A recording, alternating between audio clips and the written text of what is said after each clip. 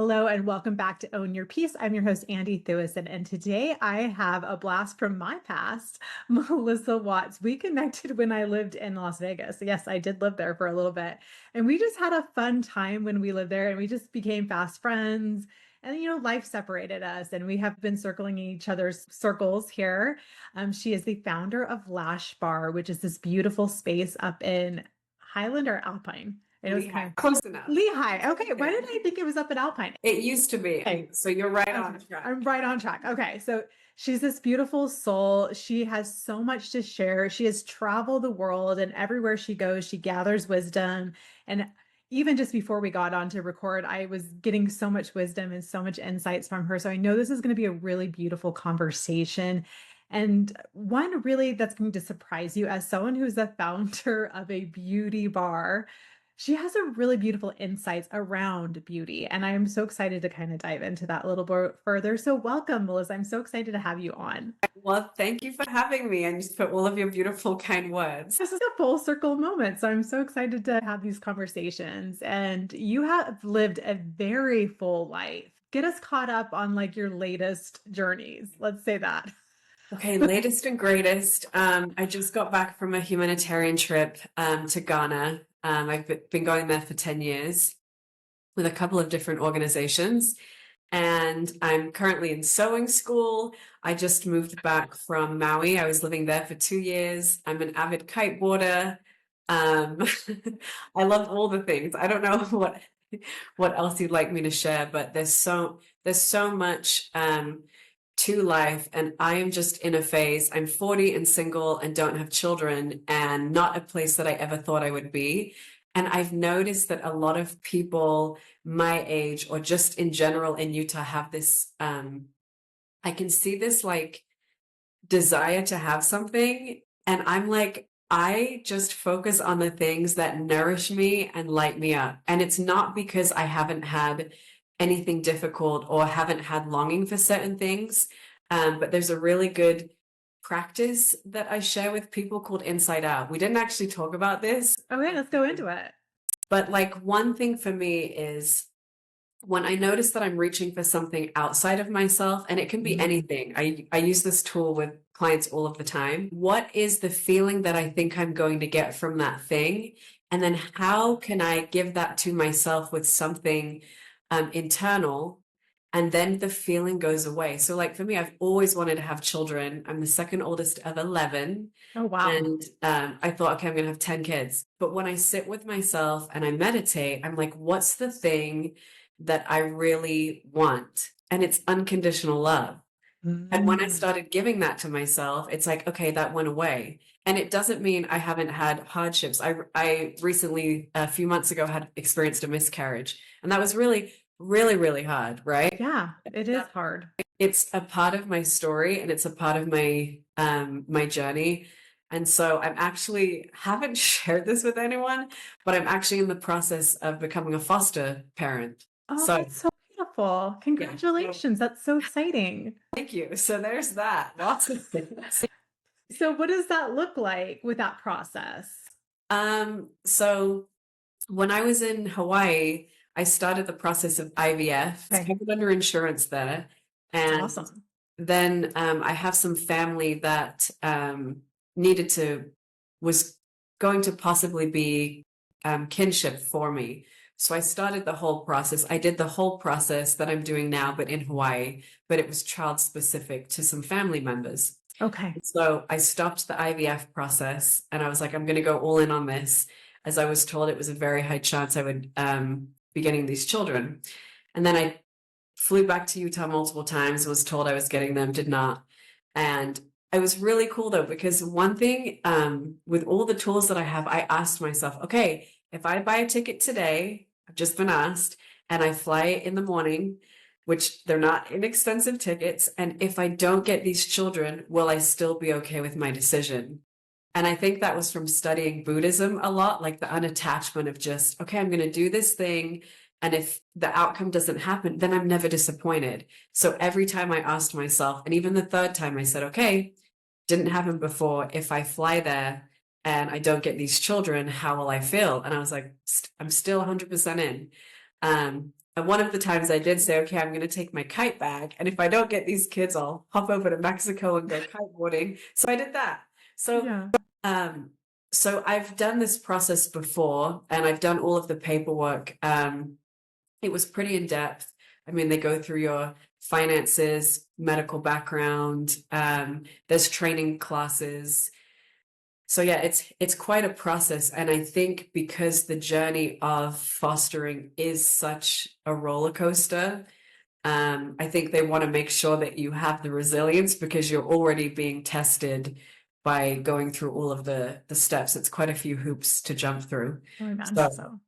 so yeah, we'll see what happens with that. Can't believe I just shared that.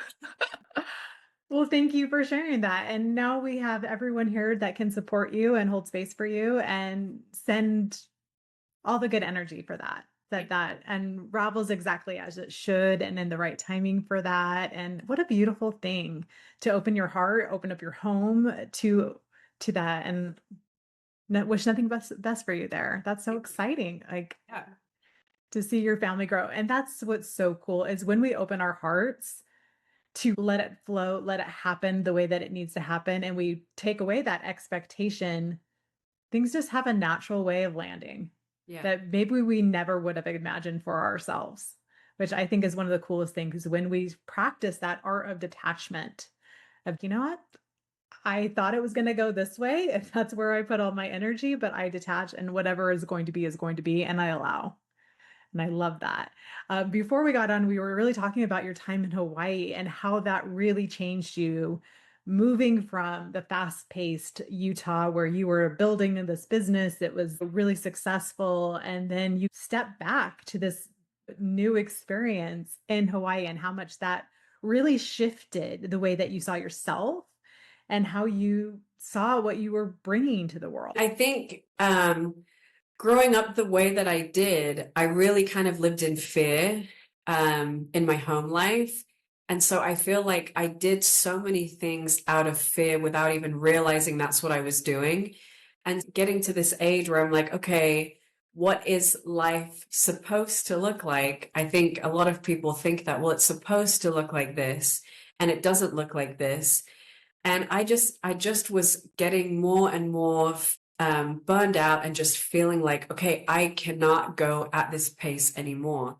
And what I think it was is that my nervous system was so dysregulated that I had been living in fight or flight for so many years that even though I was doing certain things to slow down and care for my body, and I noticed, I love the word notice, I noticed things that were working for me and things that were not working for me, but there was just something missing. And I've done all the plant medicine in the world. And being in Maui for 2 years by myself on an island was harder than all of that combined. There were a lot of things that felt difficult for me because I was so alone. And I was on this absolutely beautiful island, could kiteboard and do yoga almost every day, which is such a gift. And also, there was so much time to myself. I didn't know what that would be like until I got there and experienced it. And I think it was difficult for people when I shared what felt difficult to me is when I shared, like, I'm having a hard time. It's like the follow-up sentence is always, but you live on Maui. And it's like kind of felt like not a lot of people really saw me or at least validated that like, yes, I'm in this beautiful place, which is absolutely expensive and magical and this feminine energy that I was melting into. And also I was losing my mind. And Mm. I've always been in go, go, go mode. I mean, even being back here the last few days, I drove to St. George Friday. I got back Sunday night, literally threw on an outfit and went and played piano at a concert. And so here life moves so fast. And I think even when we're trying to do the things like sitting in meditation, I was meditating, I was doing yoga, I was doing talk therapy, I had a coach, I was doing personal development courses. Yet what I think was that I truly wasn't sitting still for long enough for the pendulum to come back. I talked about the pendulum years ago. I don't think I've talked about it publicly for a while, but I feel like everyone has a pendulum of emotions, right? And like some people's pendulum is here. It's like the higher they can go here, like the more their depth is on one emotion, the more it is here, right? So some people are here. I'm like, my pendulum is like, right? Like, so I've been through the depths, Yeah. which is really hard and also so beautiful because it means like my upside is here.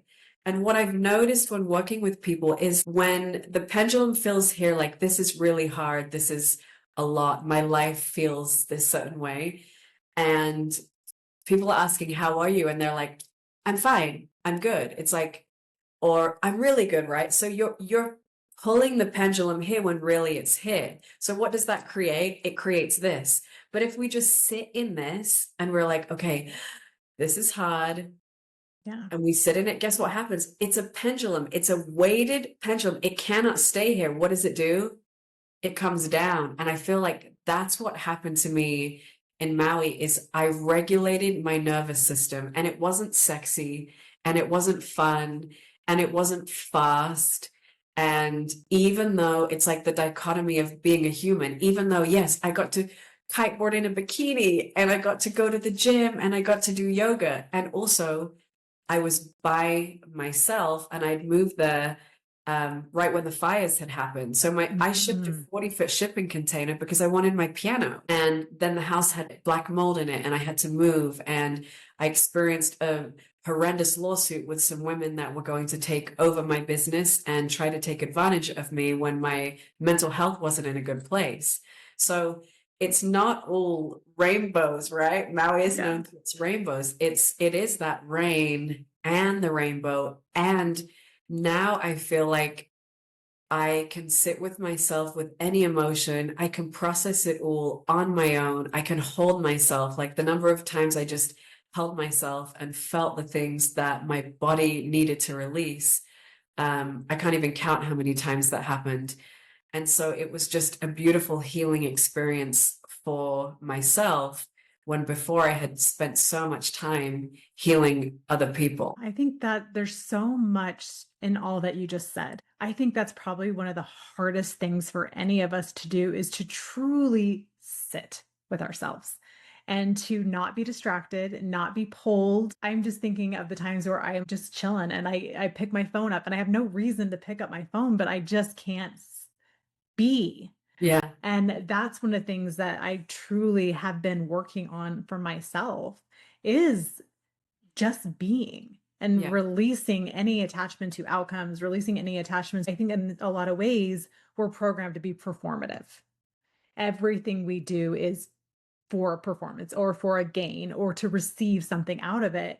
yeah. When did we lose the art of just being? Performance is celebrated. Right. Sitting still is not. No. And again, like my business went down hundreds of thousands of dollars in revenue, right?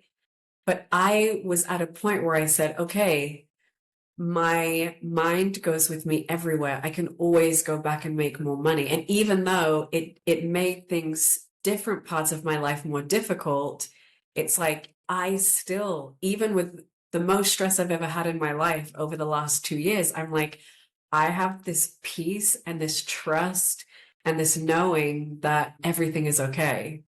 Yeah. So I Uh, think that is a gift. And again, even for you, it's like it's not bad. I again the going back to the like, well, I noticed that I'm grabbing my phone. It's like, ooh, just sit with the word notice. Like, and Yeah. without any shame or like it's bad or good to pick up your phone. It's like, ooh, I just noticed I was just sitting here and then I picked up my phone and I started scrolling or doing whatever I'm doing. Like Right. there's no shame to it. It's just okay, getting curious. Yes. Noticing That's and the getting word. curious. It's get curious. Get curious where you feel uncomfortable. And I think that's a really big thing to unlock in yourself is where do I get uncomfortable? Why do I feel uncomfortable? Instead of shaming yourself or putting judgment on or attaching it to anything, Yeah. just ask the question like, huh, that's interesting. I wonder why I do that. And just start unlocking it, and you'll start to see things and rhythms and awarenesses within yourself when you get curious. And awareness is the key. The awareness is the unlocking. When we can become aware of our patterns, come aware of these things that are like huh, that's curious. I wonder why I do that. And we allow Yeah. that to be what, we follow. It's amazing the breakthroughs that can happen when we do that. In theory, I was thinking back to your time in being by yourself in Hawaii for 2 years without having any, just being by yourself for those 2 years. And I know a lot of women on here are going to be like, I would love for to have time by myself. That sounds magical. Like, just sign me up for that. There's the thought of it, the romanticism of it, but then there's the reality of actually being longer than a weekend by yourself, longer than a week by yourself. That's heavy, to be alone by yourself and just alone with your thoughts, alone with your demons, alone with your shadows, and really like having to sit with them. So that took an immense amount of bravery, and I want to give you credit for that and Yeah. celebrate that, because that's not for the faint of heart. Like, we can romanticize and be like, oh my gosh, being in Hawaii for 2 years by myself, like no kids asking for anything, no husband asking for anything. Like, I feel like people might judge from that standpoint, but like, no, like that, it's a completely Well, different I thing mean, for I can tell sure. you how unsexy it was. I mean, I moved 3 times with a 40-foot shipping container, which moving in and of itself. And I did, granted, I did go to Africa on a humanitarian trip. I did go to Mexico and kiteboard. Like I did leave Maui. I don't want it to Right. seem like there. But there is definitely a thing of island fever that I felt really, but instead of running from it, I sat with it. And I love what you said about not having the judgment on yourself, because that allows our body to be safe. When we remove the shame, it's like, oh, I'm just noticing I did this thing, right? If we look at everything in our life and we say, okay, this thing is working and this thing is not working. Not this thing is good and this thing is bad. It's just, oh, I've noticed with my husband, this thing is working. I've noticed with my children, this thing is not working. You can remove the shame and you can say, oh, okay, now we can create something that works. And it's just this whole removal of the shame, which I think there's a very Yes. big shame culture where we live. And Absolutely. yeah, and it's not about doing or not doing something, or how I was raised to think if you do this one thing, you're good. If you do this one thing, you're bad. It's like one thing, number one, or even 50 things do not define us, but really getting true to who we are and remembering who we are and really taking time to sit still and say, okay, is this what I believe? Is this my programming? Um, or is this just noise? I moved to Seattle when I was 12. I moved to Utah when I was 18.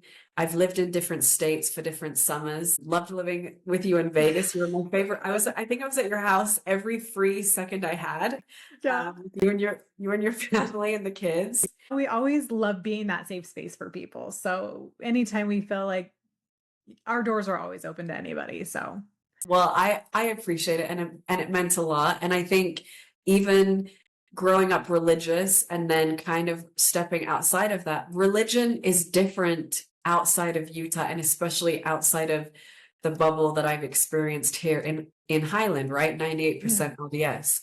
So I think even just taking a step away, not from a place of fear and not from a place of hate or angst, but just again, noticing how I feel and studying Buddhism in Maui and seeing all these beautiful women of different shapes and sizes and no plastic surgery and just all of the beauty in humans. It just opened my eyes. And kiteboarding in particular, like people are changing at the beach and people are half naked and no one bats an eye.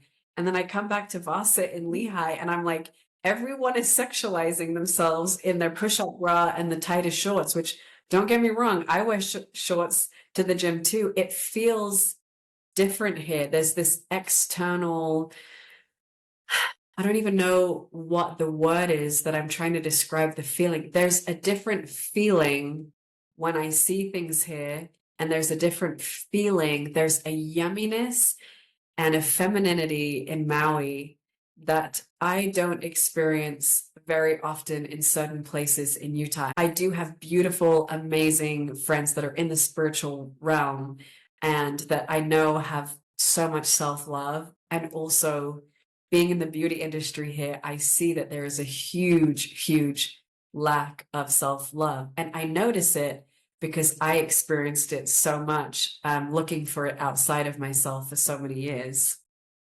It's definitely an interesting dichotomy here in Utah. And I think even just different parts of the US that, and I think this is the conversation that needs to be had is where is your sense of worth coming from? Mm, If we come at it like I am who I am and I love who I am, and anything I do to my outward appearance is just to enhance who I am on the inside. It's not like I'm trying to, again, going back to that word of performative. I'm having to match an expectation of me that's outside of me versus like, you know what? It's fun to put on some like lashes. It's fun to do these things. I'm yeah. just adding a little frosting to my package. And it has nothing to do with me trying to prove my worth. It's for fun.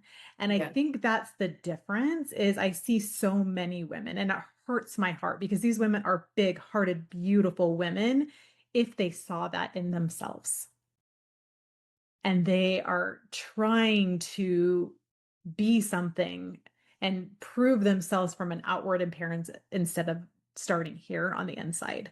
And I think that's where the disconnect is, and it hurts my heart. Yeah.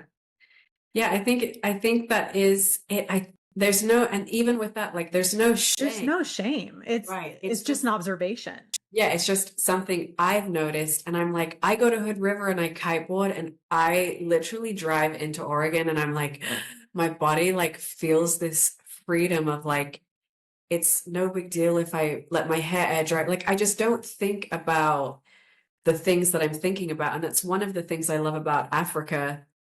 I mean, no one is worried about what outfit you're wearing, or I mean, people don't have water and food, Yeah, and they are the absolute happiest. I always say it's like my heart breaks and expands because I'm like, I feel like there's so much need there, and also they're so happy and they have nothing, right? They're not rolling around showing off, trying to chase the next thing. Things and money don't make us feel, they can give us beautiful, magical experiences. But absolutely. it's like, then at what point do you stop and say, okay, that's enough? And so I feel like, again, I used to have 22-inch platinum blonde hair extensions, I think, when I met you, and always eyelash extensions. And again, nothing wrong with those things. But I No. feel like I went from synthetic to sustainable. Ooh. I studied Ayurvedic medicine for a year. Now I'm a women's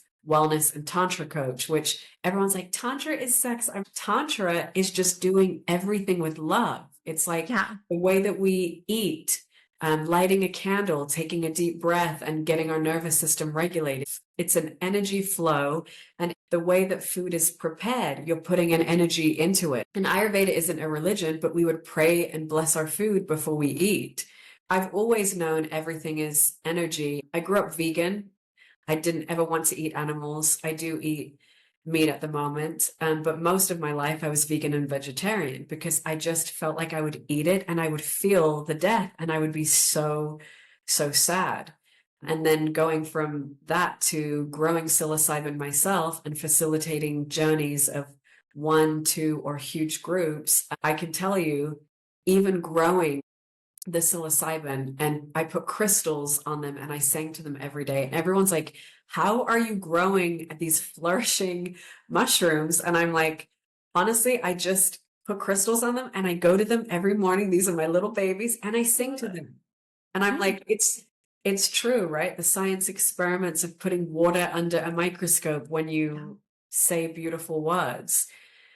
So I do believe everything is energy and that I have more experiences on that with a hero's journey that I did. So Okay, maybe that's where we're going next. So I love that so much. And one thing you might not know about Melissa is that she has a fantastic voice. Just a beautiful voice. So these mushrooms were getting spoiled every morning with a little concert from a master. It's not like me trying to sing to these things. They would probably die if I sang to them, but I would just say nice words to them. I'm one of those people who can't carry a tone in a bucket. But that's not my gift. Everyone has different gifts. But yeah, I that's so cool. I can just picture you like singing to him and then just flourishing with your beautiful tonality. That's so beautiful. Okay, so let's go into this hero's journey because I think a lot of people who listen to this are curious. A lot of them are leaving religion and trying to find their legs after Yeah. leaving so much programming, so much control. Yeah. And I think a lot of them are curious about stepping into plant medicine and where you have tried all of them. I have not tried all of them. I've tried a few of them. And every one of them has been such a deep healing experience. They have not done a hero's journey. So let's hear about yours. I guess like for anyone that has not experienced psilocybin, a hero's journey, and a lot of people that I have journeyed with a hero's journey have said it's similar to ayahuasca, but without the throwing up, without the negative effects during the journey. And again, everybody's journey is different, but this is Yes. just what people have experienced working with me. And I think the really cool thing about psilocybin is the easiest way to explain it is you've got your conscious mind and you've got your subconscious mind, and your subconscious mind is actually ruling your thoughts. Your subconscious is louder than your conscious mind. But we don't always know what's back here because it's been going on for so long. We've got all these neurological pathways that once we take one step, it's like being in a Tesla. It's just going to take us to the next place without us actually thinking about it, right? So in order to create a new neurological pathway, you have to take a step in a different direction. So my Yes. experience of psilocybin is your conscious over here and your subconscious swap places. So now in the journey, you are in your subconscious and all of that is coming to the surface. So you may experience things coming up that you had an intention or you thought, okay, I need to work on this thing with my husband and that's what I want to do a journey about. And then you come and do the journey and it's like you have this thing over here and this thing over here and you're like, I didn't see that stuff coming up, but the medicine gives you exactly what you need. So 100%. I've taken small doses and felt like there were women giving birth on the ceiling. I've taken larger doses and had other experiences, but I was always really afraid of even doing this medicine because I didn't want to do something that was against my religion. And I'll say I've journeyed more LDS members than actually non-members that are, some are still members. But I think if something is calling to you, it's probably a sign. And if someone is convincing you to do something, that's also probably a sign. So it just goes back to that trusting your intuition. But I did a very small dose with some friends after being called to it for years and years and just being afraid of what would come up and all of these things. And I did a very small dose of golden teachers. And then we were sitting in this room and all of a sudden the lights looked a little bit brighter and I was like, oh my goodness, this is amazing. And it was just beauty and love and light is what I felt. So I think 2 weeks later I hired a shaman and did a hero's journey, which is like the max dose you can do, and that was for sure a trip. And something really cool that came up in that is, and this was years ago, I've always wanted to be a mom. And so I was like thinking about like, oh, how come I'm not a mom? And maybe I'm never going to be a mom. And what will that feel like or look like? And in the hero's journey, my siblings were sitting around in the room with me. I had a lot of visuals, right? And I'm super clear that no one is actually in the room, but in the journey, it feels like energetically people are in the room with me. And my siblings shared some things with me about how grateful they am that I'm like a mother to them. And anyway, it was really beautiful and really healing. And the really cool thing is 2 weeks later, my brother phoned me and said word for word what happened in that journey. So again, I know that psilocybin is an energy, right? I know Yeah. that my siblings were not in the room, but just that power of how energy is everything. It was a really beautiful, it was a lot, it was not easy. Um, but I think the more that we create safety in ourselves, the more that we can create it for other people. And I'm fully aware that I didn't have the capacity to do that in other relationships that I have had in my past, and how that contributed to relationships ending. Um, so Yeah. When you're working with plant medicines, it's very much that. You can go in with intentionality, but the medicine's going to do what the medicine's going to do, and it's going to really work on a soul level to show you indirectly, even if you think that this is your focus, it's going to show you how this thing over here is actually affecting the thing that you put the intentionality on. And even though on paper they might not look like they connect, they absolutely do. And it's showing you your blind spots of where these things that are running the show that you're not aware of are really tripping you up with that intention you set. I will say that anytime you work with a plant medicine, please be cautious. Please work with facilitators who are grounded, who hold beautiful space, who are practiced. Because there's a lot of people who out there who are fly by the night, who I get really worried about them holding space. So really make sure that you trust your intuition, trust your inner guidance to work with people who are able to hold that space, because it is a very sacred medicine, and it's not something that should just be done willy-nilly, for sure. And I think yeah, sometimes that when people get into this world, they don't understand the weight of some of this medicine, and they don't do it in the proper way. And I want to give a little credence to that first yeah, off is and I'll add to that. I've had multiple people reach out, and I always ask, have you ever experienced any plant medicine before? And my favorite thing is, yeah, I did it once and I had a really bad trip. And before they can even finish, I'm like, let me guess. You took from some random guy at a concert and you had a horrible time. Well, yeah, how did you know? It's like, again, everything is energy. We don't know if this guy is growing them out of his basement watching porn with his mom's cats. Like, no offense. Right, there's a serious energy there, right? And then yeah, you're out at a concert, you're opening yourself up to all the energy that is there, right? Everyone, if you sit with yourself, your intuition is stronger than anything I say or Andy says or your 100%. spouse says or your mom says or your children say or your best friend says. And I think that's the main thing about getting back into trusting your inner knowing is the most important thing that will keep you on your true path for the rest of your life. And I think part of that true path is like, again, things that light you up, right? Like I'm in Yes. sewing school and my friends are like, you're 40 and you're in, I'm like, yes. And I just made the most beautiful robe for my grandmother that I need to ship it out to England. Instead of worrying about, I don't have this thing and I don't have that and I'm not here in life, it's like, take a deep breath, sit with yourself and say, oh my gosh, what are some things I did as a child? And it's so healing. What are some things that I used to love doing that lit me up and I've forgotten about? Like, what Yes. are those things? I go to adult dance classes. There's mostly teenagers there, and it's hilarious watching me do contemporary dance. Even if you're like, okay, I don't feel called to plant medicine and I don't feel this, it's like you can heal yourself without any of the things. Absolutely. It's a really beautiful tool. And also, what's something that lights you up that you've stopped doing? Just Oh, add that. It doesn't have to be, okay, I'm stopping all of these things tomorrow. I'm leaving organized religion. I'm joining organized religion. When I was in Africa, I went to the LDS church and I love the ward there. I actually did a little trickery move. We'd been exhausted and we were finally in a nice hotel and had hot water. And I was like, all right, Jesus, I'm going to bed.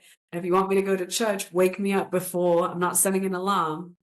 8:25, I woke up and we had to leave at 8:30. And I was like, all right, I'm going. But it's like I have to go every week or I can never go.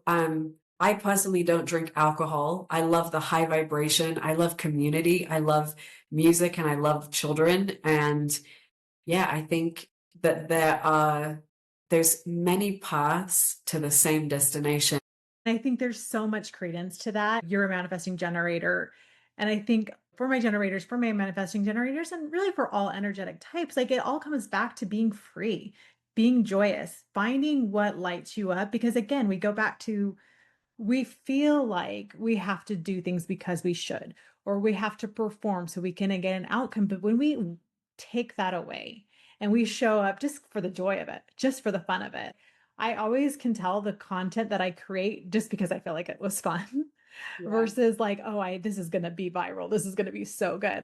There's different energy in it. And whenever I'm just like creating for the sake of creating, that always does better. It always performs better. My heart's more in it. And I love that. And that's really truly where I'm shifting for myself. And I love that you brought another layer to that is when you're a business owner, when you lead with what you're truly aligned with, what truly brings you joy, that's where the success happens. That's where things open up. You have ideas that you would never have thought of otherwise because you're now open. You're not seeing in these pre-subscribed boxes anymore. You're seeing beyond those and you're seeing things. The biggest advice I could give anybody is throw away the rule book. Do life on your own terms. Don't be buying everybody's program about how you're supposed to do life. You create your own program. There are tools that can help that are very helpful. I'm not saying that they're not. Um, but don't let those bypass your own intuition. Any good program will always bring you back to yourself.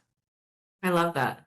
Yeah, and focus on the things that nourish you. When I was in a meditation at a women's retreat years ago, it was so clear to me. There was a purple light that came down and it was like, you need to move to Maui. And everyone's like, you are insane. You have a 3,000 square foot retail store. Like, what is wrong with you? Like, you don't know anybody there.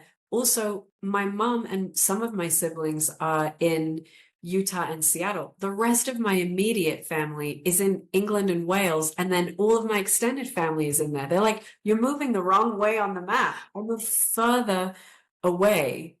And it didn't make any sense. And I think that's the thing that is really cool about when you do the things like Andy says that light you up and are really true to yourself, it doesn't really matter. And did people celebrate and support me? Not really, right? Yeah. Because it didn't look the way that it's supposed to look, right? Well, you need to sell your store first. You need to do this. You need to do this. It's like, well, hang on a second.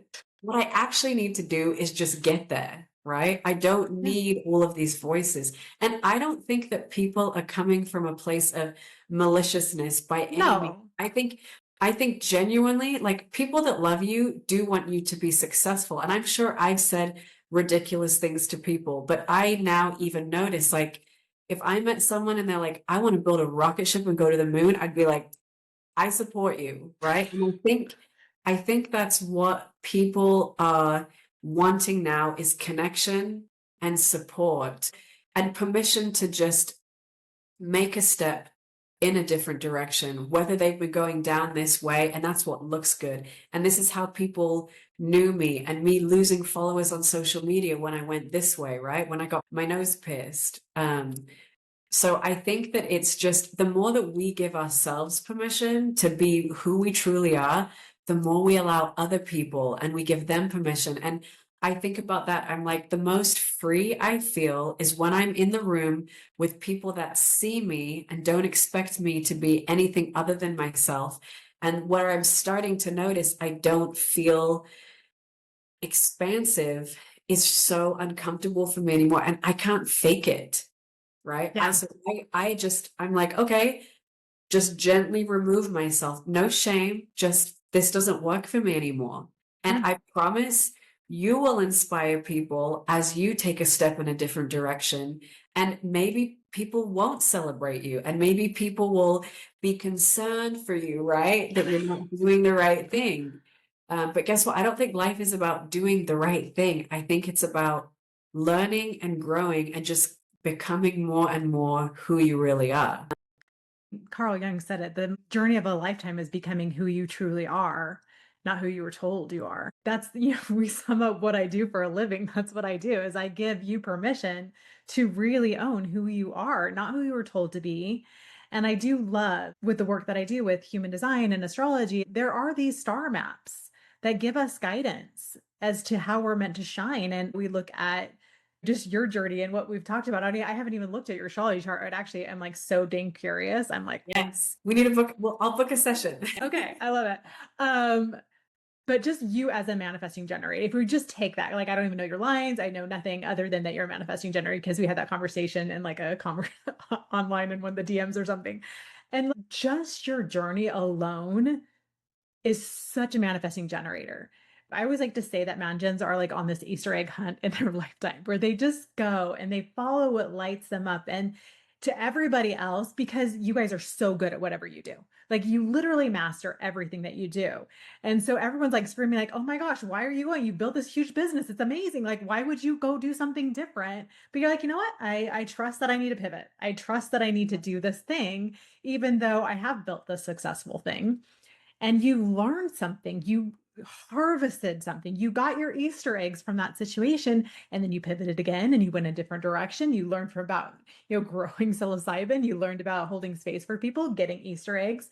And that is so intrinsic to who you are. And I love that you live that without abandon. I'm not sure how much you've dived into it, but you've just naturally followed your energy without that even that permission slip to do so. And that's one of my favorite things to do is like, you're doing it right. I think that's really hard for manifesting generators because you guys are so multifaceted and you do pivot so much. There is a lot of slack from other people of like, why would you do that? You're so talented. Why would you do that? I love that you have been so true to it and just like, you know what? I'm going to go do this thing. Thank you. I'm also a Gemini, Aries, Leo. Okay. Yep. And the for next year, from what I'm reading, it's like Gemini, Aries, Leo, and Pisces are like in for it. And I'm like, I'm three of the four. So I don't know what is going to happen in 2026, but I'm like, I'm open, I'm free falling, I'm ready for whatever it is. I don't think I'm going to be a famous fashion designer with my sewing school, but I'm just having fun. It is really cool. I am really serious about booking a session with you because the thing that I love about all the astrology is it's so validating and it does, Mm, it's just like, okay, no one else is going to validate all the things, which is fine now because I do that for myself. yeah. But knowing that the stars are in a certain position and support me and see me, I have never had any sort of session and not left feeling like, oh, I'm so seen. And I think that if people have not done any type of astrology, get on that. I mean, book something with Andy did not tell me to say this, but I'm just throwing it in there because it is so cool to see. There are always breakthroughs that I experience from this knowledge. Yeah. Because having that knowledge and saying, okay, I'm a manifesting generator, I'm a projector, like whatever is you, just have it, it kind of gives you that little boost of like, okay, I can do this, right? This Right. is who I really am. And it tells you where to lean in. Mm, You might have felt like, oh, I'm just discombobulated, or I can't follow through with things, or all these things that I'm sure society tried to tell you about yourself. right. But now you know because of this map that that's actually where you shine the brightest and you can lean in even more so. It gives you that permission.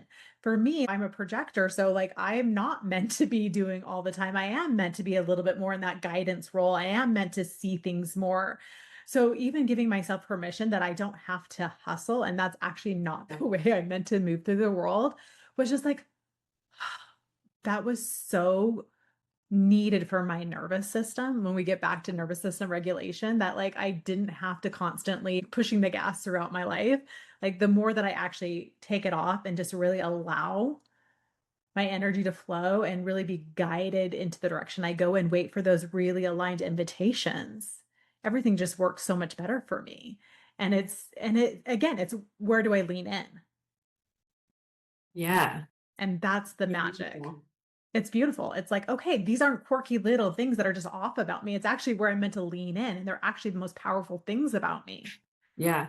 And it is knowing, like you said, for me, like I do pivot and I don't stay in one thing. And I mean, I grew up a musician. I was playing professionally the piano and the organ when I was like 14 and getting paid like 50 to $200 an hour as That's a awesome. child. My dad would have to drive me places. But so when I had an interest in getting into kiteboarding, it's like, you're a musician. Like, and also I was horrible at it. I took more lessons than anyone, had concussions, got dragged, was injured. I think I was just unwell that I'm like, I feel like on the other side of this, there's something really cool if I can master this. And even that, like at 35, learning how to kiteboard, I mean, everyone's like, you're unwell. Like you're gonna hurt yourself. You have hurt yourself and you're still going. It's a very dangerous sport. Um, but giving myself permission to be really bad at it and still go. I think when we're young, you look at kids and they go and play in a soccer game and they're horrible and they don't say, I'm done. And as adults, I see so many people that try something for 5 minutes, they're horrible at it. And then it's like they go into something else. Give yourself permission to be bad at something. Yes, yes. Going back to the neurological pathways, Right. want to create new neurological pathways, do something different, even if it's just brushing your teeth with your opposite hand. There's so many ways to keep our brain, our mind clear and clean. I mean, into water fasting, that's another huge one. I did a water fast for 10 days, and I mean, that's you want to That'll have challenge you. you want to have a clear mind though. After day 3, I feel like I can take over the world. So there's yeah, there are lots of things. And again, this is just some things in my journey that have worked. And I just encourage anyone out there, if there's something that's even like something that you want to try, maybe it's not sewing school, maybe it's not kiteboarding, maybe it's none of the things we've talked about, but if there's something over here that feels like I'm just even interested, just go do it. Yeah, Go try trust it. the poll. I think that's a really good point that you brought up. These desires that we receive are not by mistake. We're getting pulled for a reason. We might not ever understand the reason. Maybe it's a connection we need to make within that community. Maybe it's just something our little kid never fully realized. And I'm going to admit something right now. I don't know if I'll actually do it, but like, I can't get it out of my little head. I want to get into acting. I have been really working with a lot of hypnotherapy, doing that. And if I've done plant medicine and hypnotherapy, and there's no drugs involved with hypnotherapy, and they've had both been equally powerful in what comes up with that subconscious level. But I just keep seeing little Andy wanting to be on a stage and like be the star of the show, like I love it. being terrified to actually try. And I'm like, you know what? I might be the worst actor in the world and I might absolutely suck, but I think it would be fun to try It will be just so, for funsies. it will be, well, number one, it will be fun. And number two, it will be so healing. It's Yeah. in child work without it being work, right? Yeah. Even if I just signed up for like some acting classes and Do it's it. not even, I challenge you to do one thing to do with acting, whether that is take a class or go audition for something, post something, get some headshots. I yeah. challenge you to do that, All queen. right. Okay. I did not mean to admit that openly, but I do. It keeps circling for a reason, even if it is just healing that inner child and allowing myself to be in that space of performance. Because I think there's a part of me, I think there's an inner theater geek in me that I never allowed myself to express. And Yeah. I feel like I need to revisit that a little bit. Well, I did musical theater camp. In fact, the woman that I went to Africa with, I did musical theater camp with her at BYU when I was 14. And that's how, and then her husband is a plastic surgeon. And I ran into them years later and she said she's going to Africa. And I said, okay, I'll go with you. They're like, we're leaving in a few weeks. I said, text me. And then I never heard from her. And she's like, well, everyone says they want to go, but no one goes. I'm like, I've been to over 20 places in the world. Like, I want to go. Anyway, so fun fact, I did musical theater. I love it. I'll come if you're in a play, if, whatever you do, I'll come support because I love that. Yeah. I mean, it might even be just creating characters and doing little skits on TikTok. And that's the way I express myself there. I don't I know. love I don't that. know how it's going to express itself, but It it's doesn't there and I'm open to it. I'm going to lean in. I think that's the cool thing though. You don't have to know, like you can just saying and like being free of like, okay, I want to do something to do with acting. There you go. You've just taken a step. You don't have to jump off the cliff. It's like you're going. Yeah. It's momentum. It's the thing of like, don't wait until you're ready. Okay, I said, oh, I'm gonna adopt a child at this age, or it's like, why? There's all these children that need families. Why not just dive in? Yeah, jump in the parachute will appear, as they say, right? Yeah. Just allowance. And I think that is such a great way to kind of like wrap up this conversation. We have kind of been all over the place, and I absolutely love that about this conversation. It's really, if we're going to sum up this conversation and you're like, that was such a ride and I loved it all. I think you and I both are on the same page here, is that it's just really returning to yourself, returning to that really deep sense of self-love, and really not worrying about anyone else is thinking of you, and really just coming home to yourself, coming home to trusting yourself, coming home to listening to that pull and leaning in. And, if you are in a place where you're trying to find what that looks like, just get curious. Start asking questions. Start opening up to like, what does it feel like when I'm truly myself? When I'm not trying to perform, when I'm not trying to look a certain way, and I'm not trying to fit into these prescriptions that have been placed upon me. What does that look like? And I think that's a really good way to summarize it. What do you think? Yeah, I think it is again just coming back to yourself, and sometimes the programming can be so strong Yeah. that what we think is a part of us really maybe isn't, or a parent's voice or a spouse's voice or a neighbor's voice or someone at church's voice. The more we are quiet and still with ourselves, the louder our voice can be. And I don't even like that word louder, the clearer our voice Yeah. can be. Because it doesn't, when we're still and when we're quiet, it doesn't need to be loud. Yeah. So don't let the loudest voice win. Let your voice win, and it will be the clearest one if you take some time to sit with yourself. And if it is locking yourself in the bathroom for 5 minutes and turning the fan on so you drown out the noise of everyone else, put on some headphones and do a little quiet meditation. If that's all you can do right now, that's something. It doesn't have to be moving to Hawaii or doing a humanitarian trip. It's doing something for you every single day, even if it's 1 minute. Okay, I don't even have 5 minutes a day. Okay, but while I'm going to the bathroom, I'm gonna do this thing. Because if you have children, right, and you're working, it's not lost on me how much most women are doing now, whether it's alone or even in a partnership or relationship. I know that most women don't have the luxury of sitting still all day. So even if it's 1 minute a day, like, I promise you'll notice a difference within 30 days. Yeah. It's just giving yourself space and time every day that's yours.